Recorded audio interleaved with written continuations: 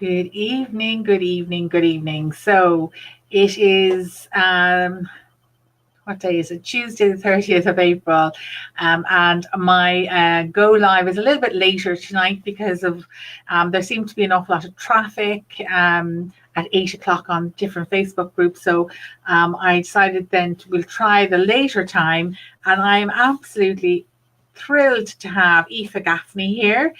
Aoife is, she has gone. I think she has dropped. You're back. Did you Yes, lose? sorry. That is just how irritating. It was perfect up until 30 seconds ago. That's okay. That hasn't happened before, but sure, it's always, this is live video. This is what happens. So I have Aoife Gaffney from Prudence Moneypenny Coaching. She is a two-time best-selling author of her books Activate Your Life and We Summit Together. And Aoife, you are very welcome tonight to my Go Live, or Be Live even. You're very welcome. Thank you for having me.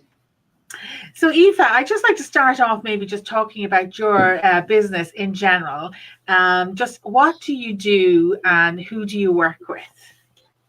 Okay. I am a coach, speaker, and author, and I am Ireland's only certified money coach. So I work in the space of money mindset mentoring, which is different to financial advice, which is what I used to do. All right. But money coaching works exclusively on your mindset around money. And I work 99% of the time with women, because men and women we are equal, but we are not the same. Yes. Very good. And this is something that I've come across a lot in general. Just and you know, as much as I'm an accountant and I work with money and I'm very, very good with other people's money, but sometimes coming to my own money as well is completely different. So if I were to come to you, so what would be are there checks and is there a questionnaire, or is there a type of person, or how do you start your process? Well, I offer everybody, male or female. So I offer any potential client 30 minutes complimentary, and it's an ask me anything, coffee and conversation. So that's really just, we have a chat, see if it's a good fit. I explain what I do. The person, it's time and space for somebody to chat to me in person. And there's an initial questionnaire that they fill out, which just gives me a vague idea of where the person is at and what they expect from me, what they think they're going to get from me, what they would like to get from me, and where they would like to end up, because sometimes perception and reality can be quite different. So then I send them a more in-depth quiz. And it's up on my website. It's totally free, prudencemoneypenny.com/love money. That's completely free to anybody to take. And there's about 30 self-assessment questions. Right. And it's really just a snapshot in time of where you're at the moment. But it's really important that I talk to somebody first, and then we can establish if it's a good fit or not. And what would be a good fit? What is your ideal customer like? Well, I based my ideal customer on me. And so me about 10 years ago, maybe probably 10, 15 years ago. And the reason I do what I do is because I was left in very substantial debt twice, because I clearly had to learn that lesson several times before I learned what I was doing wrong. And was that through businesses or was that just through bad decision making? Personal debt. And when I started, because I used to work in financial services and I used to work in the space of lending, specialist lending, and then loan and debt consolidation and negotiating. So that space doesn't really exist at the moment. But I started to really look at mindset. So, why are these extremely intelligent people repeating the same patterns? And then I thought, oh, crikey, I'm looking at myself. Oh, right. Okay. So I know what to do, but why am I not doing it? And I after a lot of soul searching and a lot of howling into my tea and an awful lot of other things, I figured out that my mindset around money was muddled. So it was And when I started to explore it, it was how I was brought up. My parents were amazing, but that story is that's a different story. They had a funny relationship with money. I grew up in I grew up with scarcity. So I have a big family. So space was limited. Mm. Time with my parents was limited. Even physical space around the dinner table was limited. So my mindset was a mindset of scarcity. And then two broken relationships, two train wrecks later, Mm. I was attracting people into my life that didn't have good relationships with money either, because my mindset was muddled. And once I started to, first of all, I had to figure out what I was telling myself. Then I had to figure out, okay, what would I like to tell myself? What new beliefs do I want to give myself? Then I needed to put a plan in place to change those beliefs. And once I did that, and it's taken me quite a while, Mm. amazing things have started to happen. And I attracted the right person into my life, and I started to attract the right opportunities. Brilliant. And when you say, what was it? Was it one particular thing, or I mean, I don't believe in quick fixes anyway, because they don't work. But was it one particular thing, or um, did you take your? Was it self development that manifested itself in bad money management, or was it specifically um, money issues? It was a mixture of both. So it was initially my inability to talk about money. Now, it's only taken me 49 years to be able to talk about money. 49 and 11 twelfths. It actually probably has only taken me about 45 years to be able to talk about money comfortably without feeling uncomfortable, without feeling awkward. And when I say talk about money with a significant other. And Right. I was because going I to ask wasn't about brought that. up Yeah. yeah, I wasn't brought up to talk about money because you were, if you had it, my goodness, you never show it because that would be vulgar. I never remember my parents talking to each other about money. They probably did, but just not when we were around. And when I say we, myself and my family, um, and so I didn't know how to talk about money. I didn't know how to have those. I didn't know how to have those conversations in the same breath as pass the salt. So I sort of Mm. wind myself up that it was going to be this sort of massive catastrophe, and so I'd be so stressed that then by the time I'd try and get around to having the conversation, I was probably just collapsed on the floor in a heap. So the conversations never happened. So it was a mixture of poor money management because I genuinely had no clue what I was doing, and my inability to communicate about money. And the other person, because it happened twice, and the other person that I was in the relationships with at the time came from a similar mindset.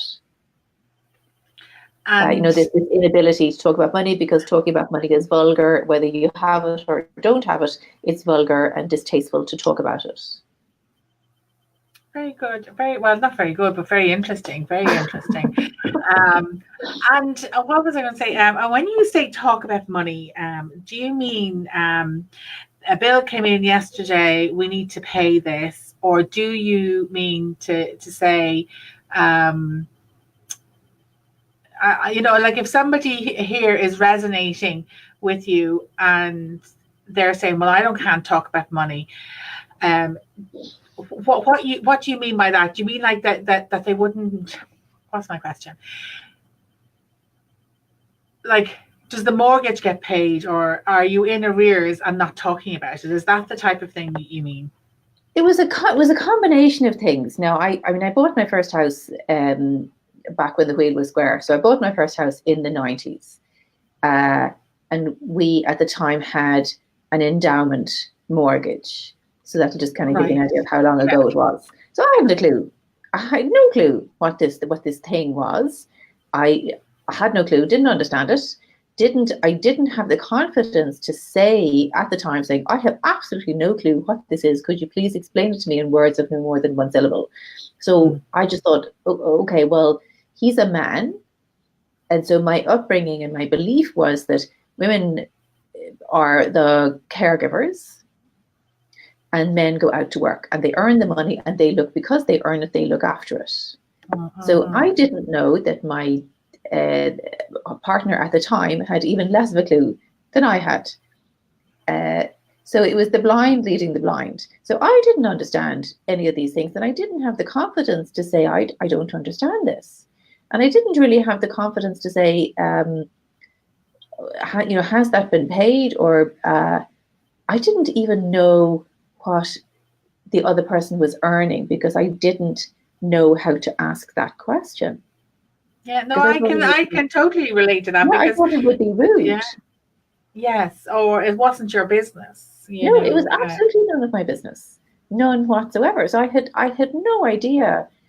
I didn't know that childcare was costing us more than our mortgage. So I didn't know. Yeah, I mean, yes, I knew that this amount of money was for this and this amount of money was for that, but it was almost like I didn't really know how to sort of make any sense of the numbers. I didn't know how to organize the numbers in such a way that was easy for me to understand.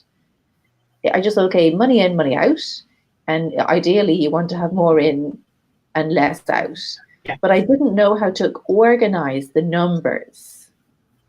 Right. And when did you realize then that this wasn't happening for you?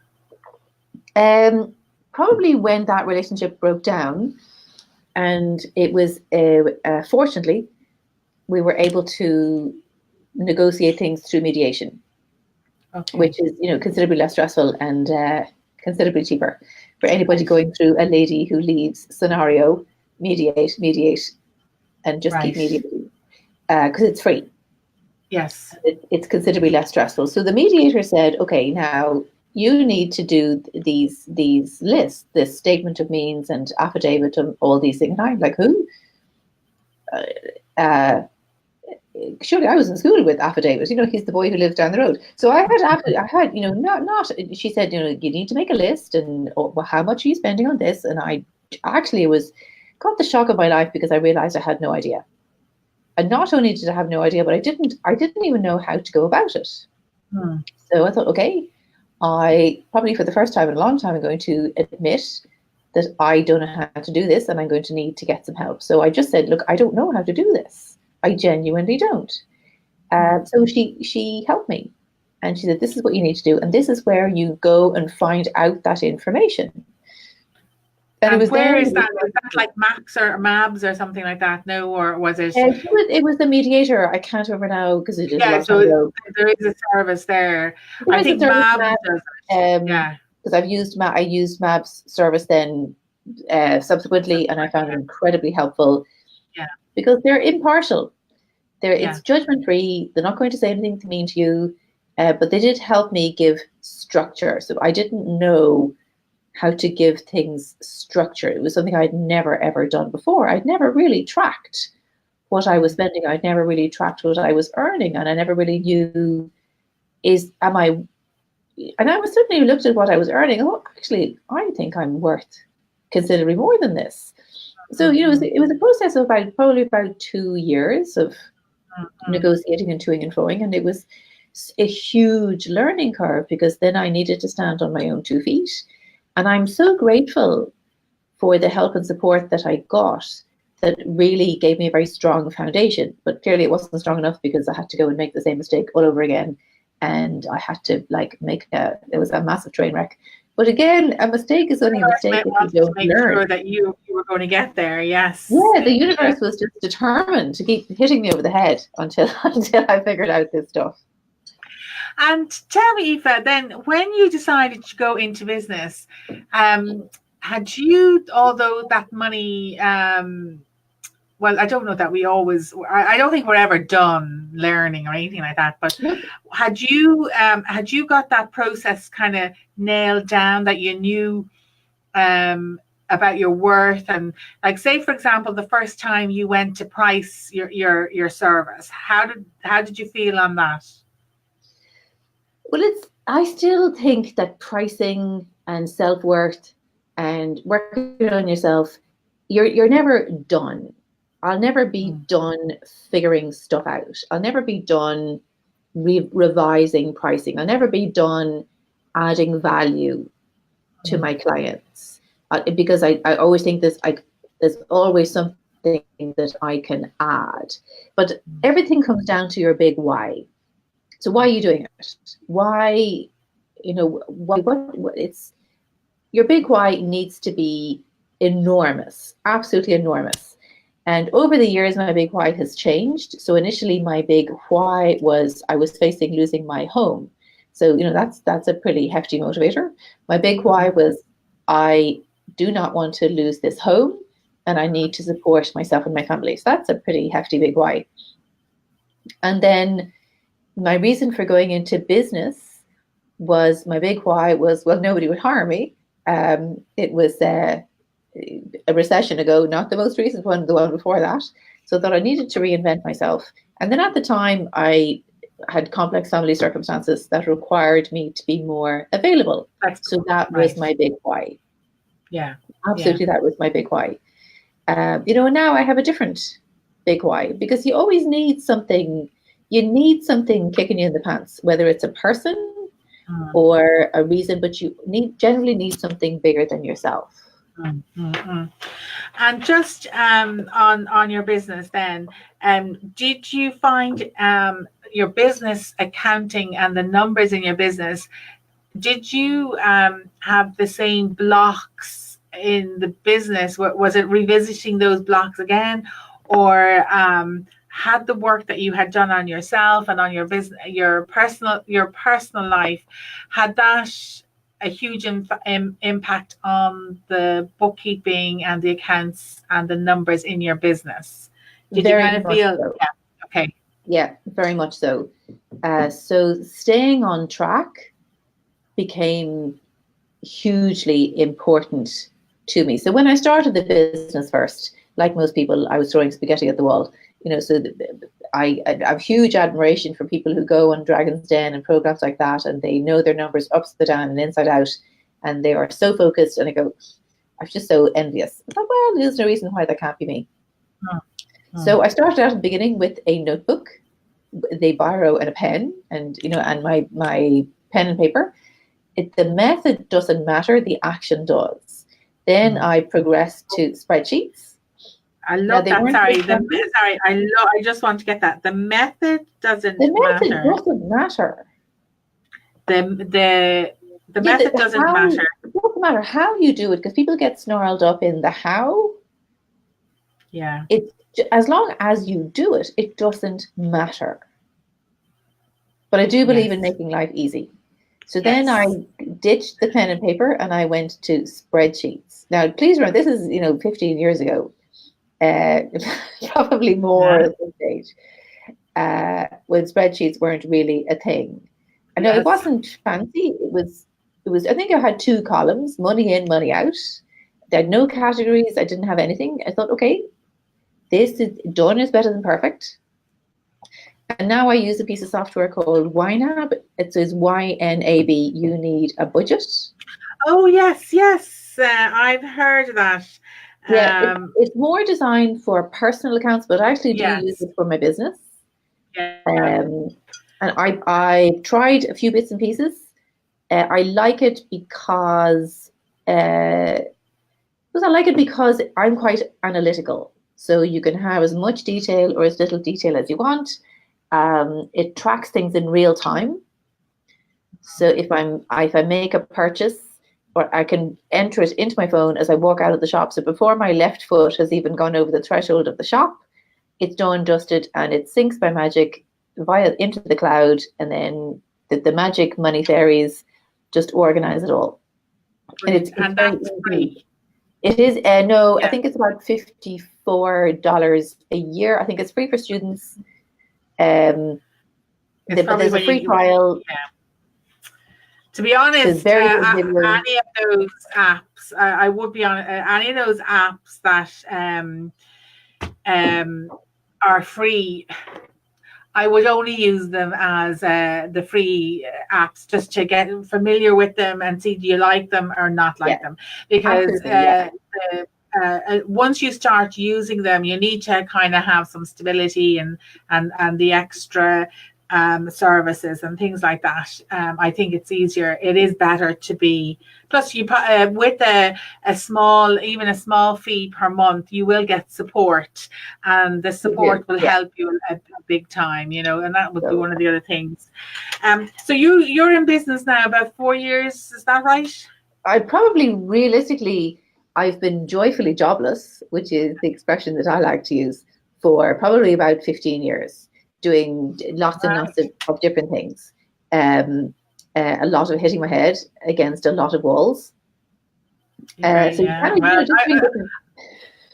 keep on going to say very good. I don't mean that. I mean, yes, I'm in agreement here. Yes, there's lots. While I have the business the side of it kind of down to a thing, there's so much more that I struggle with. I think we all can't do everything. So it's really. So I took some time out to do a master's degree, which seemed like a good idea at the time. And then halfway through it, I thought, what am I doing? But, I was started, so I needed to finish. So I'm in businesses been in financial services a long time. I'm in businesses as a money coach, which is different, about 4 years. 4 years, okay. And are you so as your business are you somebody who tracks the money but then just really does the accounts once a year, or do you do daily, weekly, monthly management accounts? I probably do management accounts, but I didn't know that that's what they were called. So now I can use fancy expressions. So I track everything. I track everything in real time. Yes. Because sometimes when I talk to people, especially self-employed people, and I go, well, what did you earn last year? And they go, well, I'm just waiting on my figures from the accountant. So your figures can be 18 months out of date. And I go, wow, eek. Okay. Let's see if we can maybe do something with that. Yes. So I track everything in real time, and I do what I call my daily check-in with money. Because the more you love something, the more time it will want to spend with you. So the more you love a person, the more time it will want to spend with you. And if you show your money some love and affection and attention, so my accounts take me about maybe 5 to 6 minutes every day. So I check in with my money, and I check in, and the YNAB app it almost encourages that. Yes, and then they have nice little sort of messages, and it's a nice sense of humor. The developers have a good sense of humor. So I check my bank balances, maybe 2 to 3 minutes, and I just, has this been paid? Is this right? Did that transaction happen? Check my credit card, just sort my receipts. I check in every day, and it probably takes me the grand total of about 7.5 minutes, including coffee in my favorite mug. Very good. And tell, so you check in every day.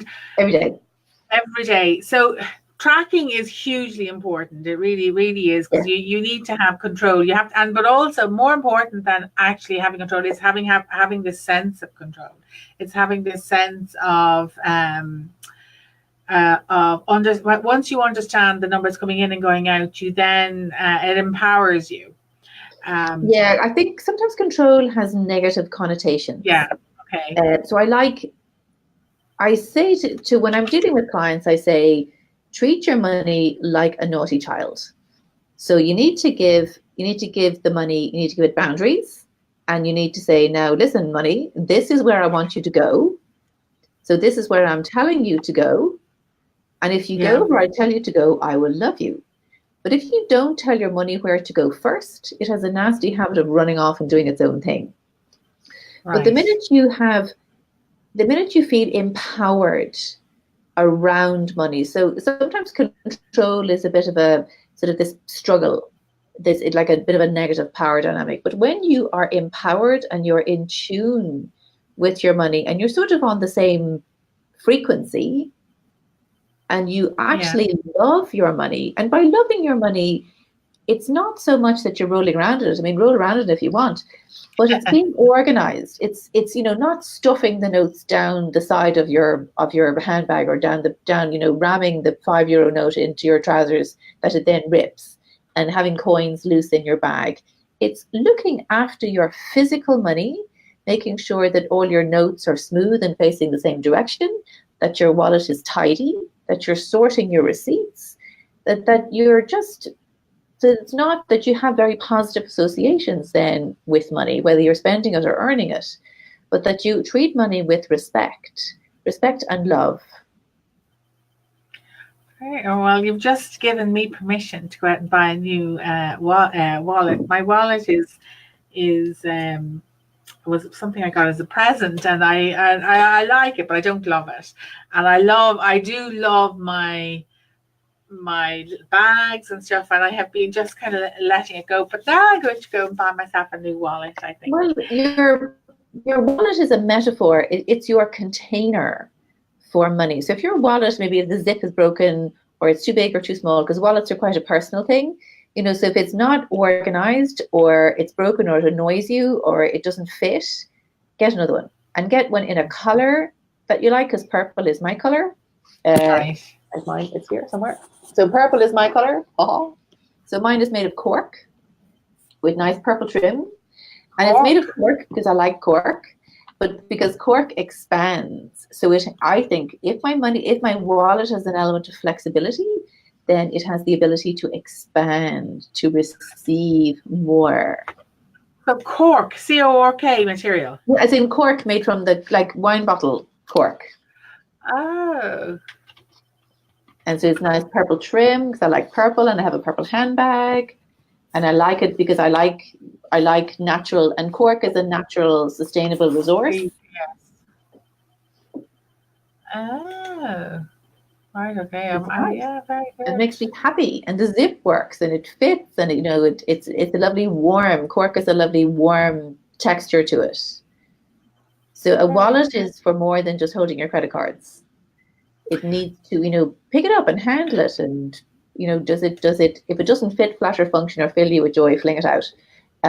So I think wallets are hugely important, or wherever you are storing your money, that it is a metaphor for how you value money. Right. Yeah, that makes sense. That makes absolute sense to me. And so going just back to the accounting, and that you mentioned just a little bit of, and you have an accountant, and what do you give then to your accountant at the end of your year? When do you kind of do your books, or when would you call a year? So say 2018, where are you with 2018 books?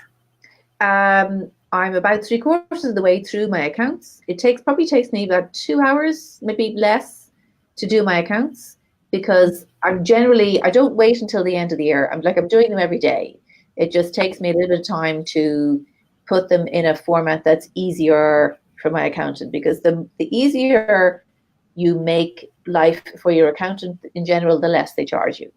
And if you get your accounts to them early, some accountants offer a discount.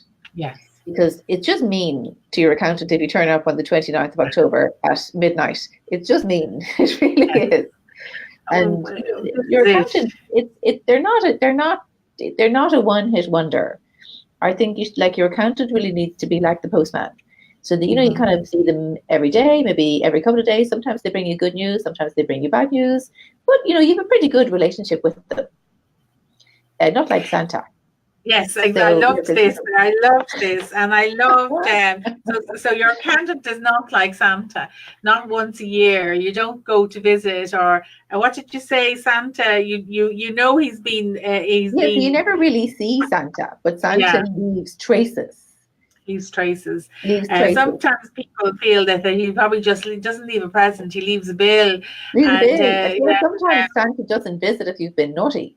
Yes, so I think it's with having a good accountant, it's a two-way street. They're not magicians, they're not magic, and so I think it's important to work with somebody that you like. And the amount of people I talk to who give out about their accountants, I just say, well, look, you have two choices. You can continue moaning and not achieve anything. You can find somebody else. And that's okay. If it doesn't fit, and this applies to people, if they don't fit, flatter, function, or fill you with joy, fling them out.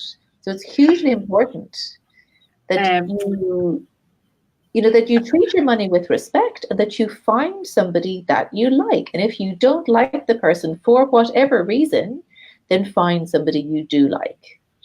Yes, I totally agree with that. Like that, a lot of people, I either for every 10 people I meet, 8 will tell me that they either they just don't have an accountant, they don't like their accountant that they have, and maybe one, maybe two will tell me that they actually love their accountant. And one of the things that I do find quite when I say this to them, sometimes people are a bit shocked that your accountant works for you. Sometimes people think that the accountant is this all seeing person or something. I don't know. And your accountant works for you, and the same amount of effort and criteria that you would put in to getting a VA or any sort of social media manager. Like if you would interview somebody to come on board as part of your team. Yet I think people think that they're not going to like their accountants. And therefore, when they don't like their accountant, they just feel that they think that's natural. And your accountant, you should always feel free to ask them a question. That's what they're there for. And as you say, dip in and dip out with them throughout the year, because at the end of the year, if you only use your accountant to do your tax return and for them to work out what you owe them in tax, then that is all that they are going to do for you. By tracking your numbers and understanding your numbers, an accountant can help you show you what the numbers can do. So, for example, would you do any revenue stream analysis? So, would you know where your money is coming into the business? So, while you're a money coach and you're coaching different people, would you know how profitable a workshop would be, to how profitable a one-to-one would be, to how profitable if you were doing a speaking gig? Have you done any I sort of do. analysis Yeah, like that? I do. And sometimes one part of the business supports another. Sometimes it's temporary. Sometimes it's okay. So I need to do this particular thing at a lower price point, because it's going to lead to something bigger. So I'll be launching a mastermind in September. So I'm doing lots of work in the background. So other bits of my business are scaffolding that. And then it's a bit of a juggling act as well with my tax credits. So it's the same with revenue. I can't quite figure out the revenue online system. And you know what? I've given up torturing myself. So now I just ring them up. And I ring up revenue maybe every 8 weeks or so. And I go, listen, how are you doing? Let's have a chat. Just to sort of, because it's a bit of a constant sort of adjusting. So I try not to wait until November to iron everything out. So I find revenue are very helpful. And if you can figure out the revenue online system, then wow, I'll buy you coffee. But so I just ring them up, and it's simpler. And then the really nice person at the other end of the phone has repeatedly talked me through, are you sitting comfortably? Now we'll begin. And that's okay. And they don't treat me like I'm an idiot. And they just talk me through what I need to do over the phone. And we don't always get it right. We don't always get my tax credits right, but it's more right. Very good.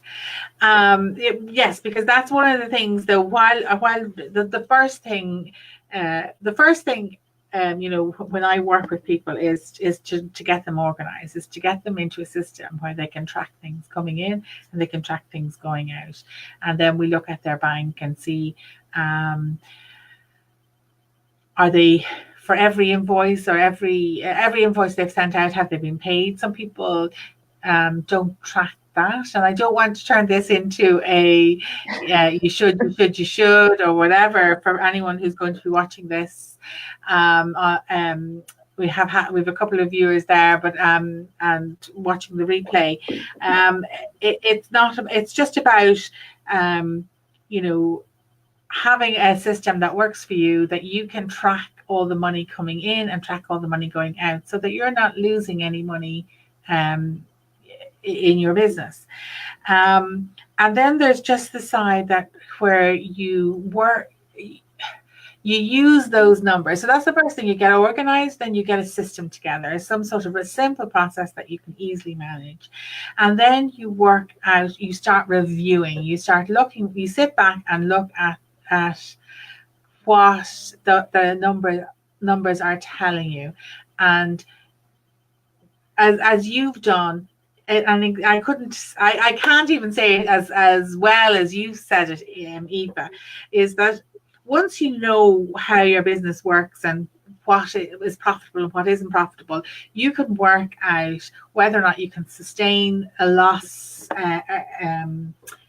not a loss, or a lower return on one revenue stream, because eventually 2 or 3 or 4 months down the line, that's should generate more income.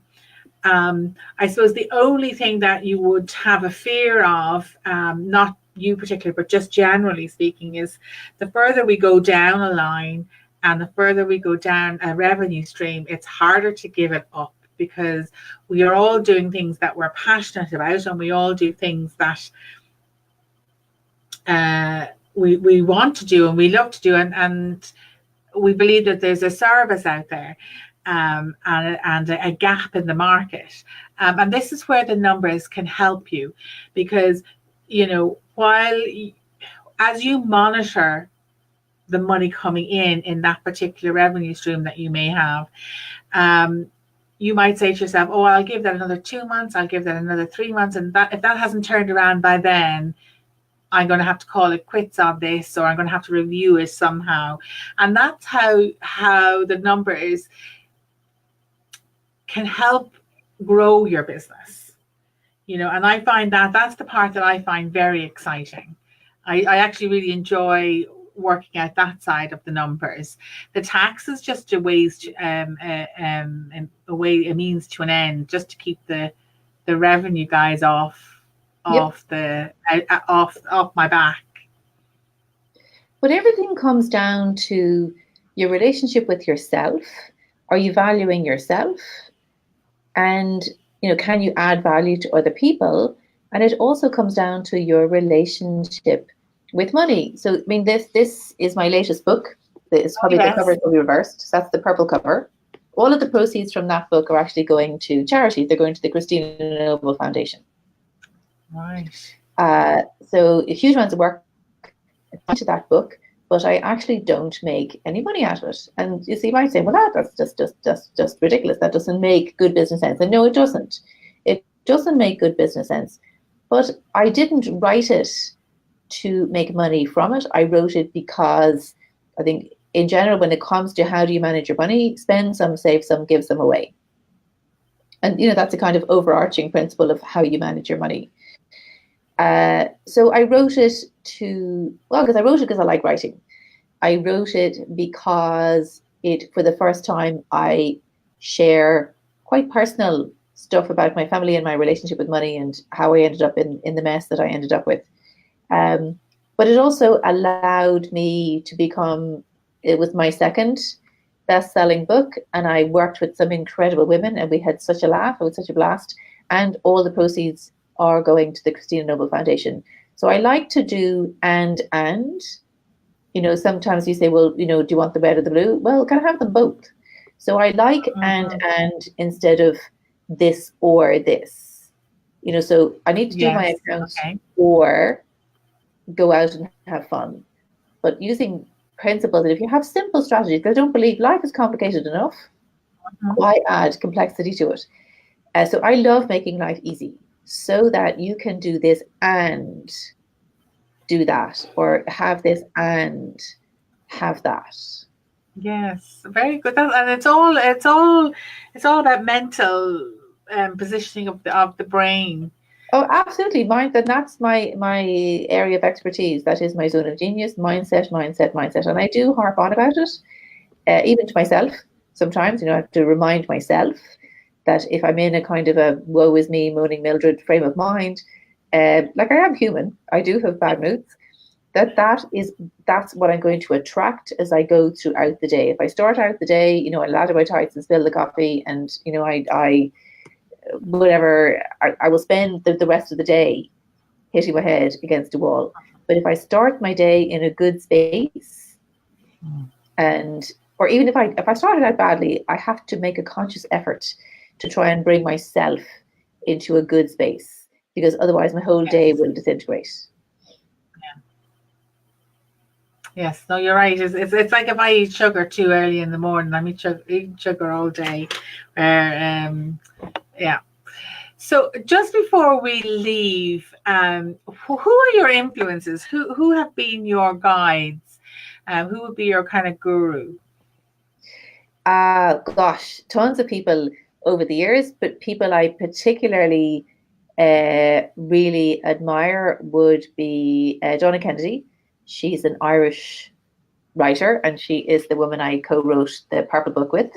Donna Kennedy. Yeah, Donna Kennedy is an amazing lady. Very good. So people I follow Barbara Stanny. She now calls herself Barbara Hudson. She wrote Overcoming Under-Earning. Oh, right. An amazing book. She's got a series of books. I used to like Robert Kiyosaki, but I've taken him off my Christmas card list because I find him a bit masculine. But I prefer the books that his wife has written, Kim Kiyosaki. They're just men and women are fundamentally different. So he's quite aggressive. So he resonates quite well with men. Yeah. Who else do I listen to? I also love Sharon Lecter. Oh, she wrote Think and Grow Rich for Women, which is a... Sorry, she wrote, sorry? Napoleon Hill wrote a book, Think and Grow Rich. Yes. I think it was written in the 20s. Yes, so it's a little bit hard going because the language is quite, it's a little bit archaic. It's a bit dated. So I have it on audio because it's a bit easier to read. But Sharon Lecter wrote a version, a very updated version, Think and Grow Rich for Women. Yeah. Which is brilliant. Writing these down. I'm always looking for. I'll send you my reading list, and a book that I highly recommend. And every time I read it, there are tears pouring down my face with laughter. And it's Nice Girls Don't Get the Corner Office. I have heard of that. Yeah, there's two versions. She wrote an updated version fairly recently. Is it funny? Yeah, and she said it's Lois Frankel. She said, you know, she was kind of almost disappointed that she needed to write the same book, 10 years later. I thought, are you not listening? But it's really just about the unconscious mistakes that women make in the workplace. Yes. So there's nothing wrong with being feminine, absolutely nothing wrong with being feminine whatsoever. But sometimes women overdo it. And then they wonder why they're not being taken seriously. Right. And it's a super, super book. Really, really, really funny. Well worth reading. And most of these books you'll get from the library, because I don't believe in paying something if you don't have to. Yeah, I have Audibles though as well. So sometimes I like to listen to podcasts as well. Do you listen to any podcasts? I am embarrassed to admit that at the age of 49 and 11/12, I don't know how to listen to a podcast. I'm going to send you a link so you can. There's loads of really, really good podcasts out there. I'm eventually going to have my own podcast. I keep saying that, but I'm a little bit tech phobic. I'm quite good, even though I kind of have been telling myself for years I'm not good. I am actually quite good with tech, but I tend to get something and stick with it. So I know how to do the Be Lives. I know how to do the Facebook Lives. I know how to do a video on Camtasia. I tend to just stick with those things. Yeah, so do I. So I'm kind of an old-fashioned girl, and I actually use physical CDs in my car. Yes. So that's what if I'm listening to something on audio, I listen to an actual CD in my car, and then I don't have to be fighting with Bluetooth or any of those complicated things. They are now. The only thing is the cars now. When you have a husband that keeps changing the car, and I don't know, and then I just get him to set this up. But anyway, the cars don't. Does our car have? I don't know if our car has a CD player anymore. I don't know. So I kind of like that. I'm kind of old fashioned. If somebody tried to take the CD player out of my car now, we might have to have words.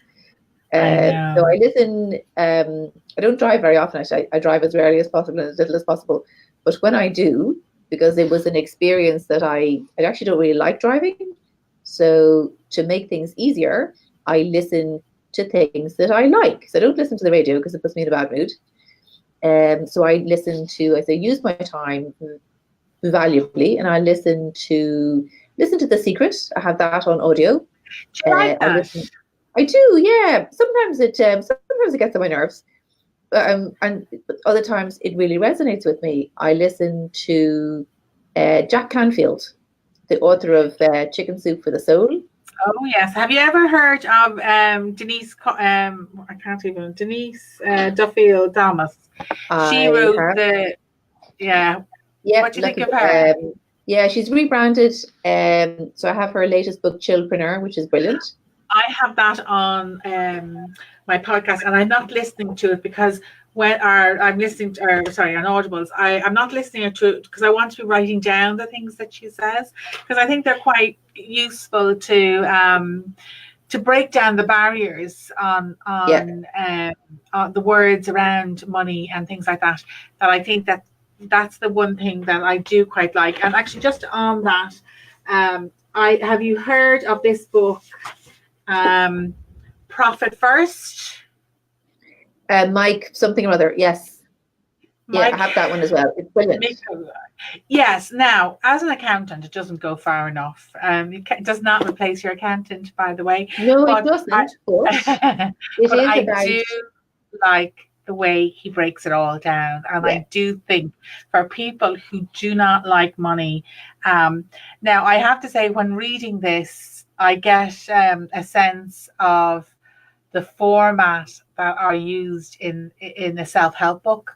I can see how, say, different self-help books that I have read over the years, and I have swallowed up whole. And I can see how he's kind of playing with the truth a little bit here, a little bit, nothing drastic. Just there's a lot of sweeping statements that aren't really true. I'm such an accountant, though, so forget. I shouldn't be saying that, because his language is good, and that whole mentality of paying yourself first, I think, is priceless. Absolutely priceless. I think pay yourself first. Yeah. Put yourself first, and love yourself first. Yeah. And if people resist the paying themselves first, they go, "Oh, but I have to pay," and the whatever, blah blah blah blah blah.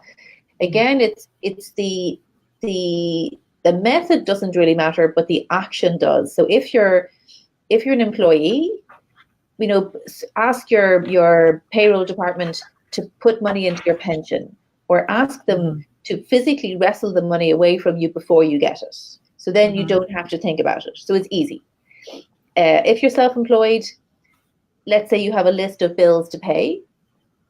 So you simply just say, and you just make yourself one of those bills. So it's not about, okay, I'm going to pay myself first so that my children are going to starve, and I'm not going to pay any bills. It's just about changing the order that you do things. It's not about not doing something. It's just about doing things in a different order. Yeah. And ideally automate.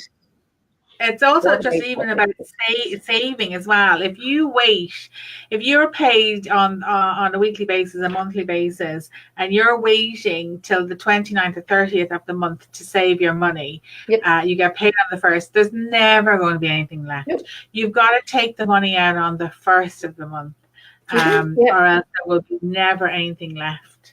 So listen, Aoife, that is absolutely fantastic. I love chatting with you, and I know there have been people dipping in and dipping out. Nobody has said hi yet, but there have been people dipping in and dipping out watching the video, and I know there will be people that we will get over the next few days looking at this. So thank you all. Thank you all that are watching live, and thank you all for that are going to watch the replay. I am just I have an announcement that I am actually starting my own master mind. And I'm looking for, well, I've got, there's two of us. So I'm looking for 4 people who want to join. It's a beta testing masterclass. So it will be starting at the end of May. And the outline of it will be, I'll be able to outline a bit more. Sorry, somebody's just put a comment on here. It's Maeve. Hi, Maeve. How are you? And I'm reading it, and I always do that. I always get, it's like a shiny object syndrome. I go to the notice and I forget what I'm saying. So the masterclass it's the beta testing for a masterclass. So there's 4 places. It'll be starting at the end of May, and the format is going to be worked out over the next few weeks. It's probably going to be once every 2 weeks, meet up either in person or on Zoom, and for 3 months. So if you are interested, do please give me a ping and just let me know. It will be around your getting yourself organized and ready for your accounts coming up in October. And did I hear you say that you have you have a workshop coming up? Have you? I will be. I always have a few bits and pieces coming up. The way to find out what I'm up to is probably on my Facebook page, Prudence Money Penny Coaching. So bits and pieces. Going to put that in. Sorry, that's fine. I have bits and pieces coming up, and then I will be, because I'm going to say it live on air that I have to do it. I will be launching a mastermind group probably the 3rd week of September, just when everybody has chased their children out the door to school and they're just drawing breath. Yes. And those complicated things like traffic and things have died down, and people have found they've recovered from the shock of buying the books and all of those complicated things. Yes. And how long will your mastermind be going on for, or do you know? We're going to run it for 4 months, so September, October, November, December, in time for Santa. And then there will be the option of continuing, because I find that when I work with people, there's a 3-month tipping point. So kind of hitting your head against the wall for until you kind of get to about month 3-ish. And then it's when you kind of get to like, oh, so that's how I do it. So I'm very keen to continue the support. So I'm going to run it for about 4 months with the option then of continuing on with me. And well, once I flesh all of that out, I will be announcing details of that. But at any point, you can jump on a call with me. It's prudencemoneypenny.com/ask-Prue.